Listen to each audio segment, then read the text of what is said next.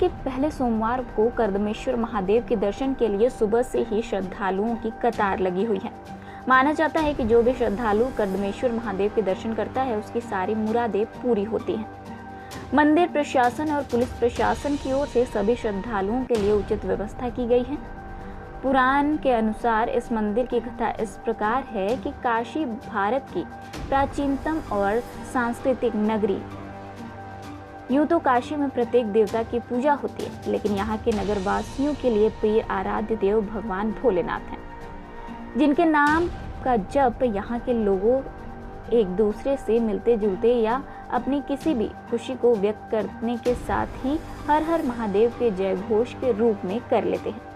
यहाँ पर लोक में प्रचलित उक्ति के अनुसार यहाँ के कंकर में शंकर का वास है। कहने का आशय यह हो सकता है कि यहाँ शिव मंदिरों की बाहुल्यता है।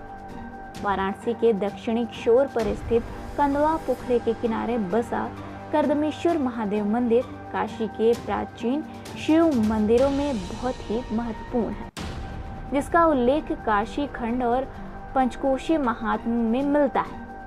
काशी के धार्मिक और महत्वपूर्ण पंचकोशी यात्रा का यह प्रथम विश्राम स्थल भी है, जहां श्रद्धालु अपनी पंचकोशी यात्रा के दौरान एक दिन विश्राम करते हैं।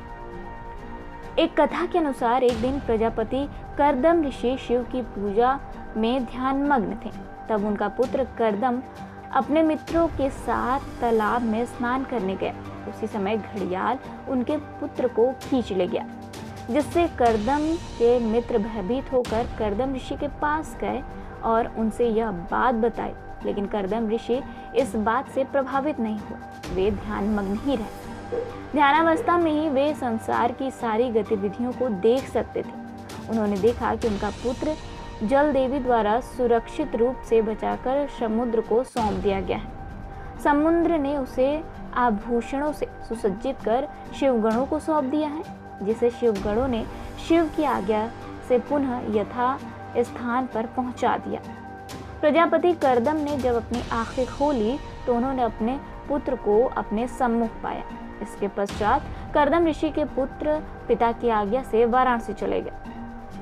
कर्दम ने एक शिवलिंग स्थापित कर कई वर्षों तक तपस्या की, जिससे भगवान शिव ने प्रसन्न होकर प्रत्येक स्त्रोत का स्वामी घोषित किया। लोक में ऐसी कथा भी प्रचलित है कि कर्दम ऋषि ने यहाँ कई वर्षों तक तपस्या की, जिससे भगवान विष्णु ने प्रसन्न होकर वरदान मांगने को कहा। तब कर्दम ऋषि ने पुत्र रत्न की इच्छा प्रकट की। उसके उपरांत कर्दम ऋषि ने कर्दम कूप बनवाया, जिसमें अपनी पत्नी देवहूति के साथ स्नान किया। किंवदंतियों के अनुसार स्नान के बाद पति पत्नी युवा हो गए, जिससे उनके पुत्र कपिल मुनि का जन्म हुआ। मेरा नाम अभिगिरी, हम कर्दमेश्वर महादेव मंदिर के महंत हैं। आज सावन का पहलवा सोमवार है और कर्दमेश्वर महादेव और यहाँ पे सभी प्रशासन और सभी जिले के नगर निगम द्वारा सभी कार्यकर्ता लोग मिलकर यहाँ पर भारी से भारी संख्या भीड़ को हम लोग सफल बनाए। इस मंदिर का क्या महत्व है? इस मंदिर में ही है, एक कर्दम ऋषि है यहाँ पे। वो कर्दम ऋषि कर्दमेश्वर महादेव जी का तपस्या किए थे 60,000 वर्ष तक, तब जाके शंकर जी प्रकट हुए थे।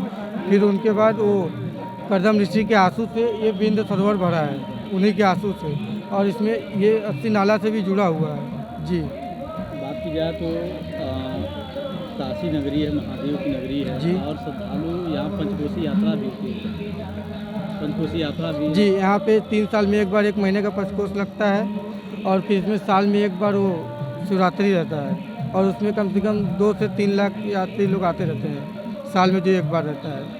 और जो सुरक्षा व्यवस्था को लेकर पुलिस प्रशासन हमारा एकदम हमेशा सपोर्ट करते हैं, हमेशा के लिए हर समय करते हैं। बात की जाए तो काशी में पहला मंदिर है जो एक ही द्वार से प्रवेश भी करते हैं जलाभिषेक से और उसी से जी निकलते हैं, तो इसका जी, इसमें बहुत यात्री लोग दर्शन कर चुके हैं और एक ही दरवाजा इसमें है। ये जो है ब्रह्मा के द्वितीय मानस पुत्र कर्दम ऋषि की ये तपोभूमि रही है। कर्दम ऋषि ने तपस्या किया, शिव को प्रसन्न किया। इस मंदिर का नाम हमारे कर्दमेश्वर महादेव मंदिर है, जो कि पंचकोशी का पहला पड़ाव है। और श्रावण मास भगवान भोलेनाथ भगवान शिव को समर्पित है, पूरा 1 महीना। इसलिए सावन का खास महत्व है, खासतौर पर भोलेनाथ के लिए। कर्देश्वर महादेव को क्या चढ़ाया जाता है कि प्रसन्न होते हैं? भगवान भोलेनाथ का प्रसाद तो हर पूरी दुनिया जानती है कि उनका प्रसाद क्या है, उनका पहनावा क्या है।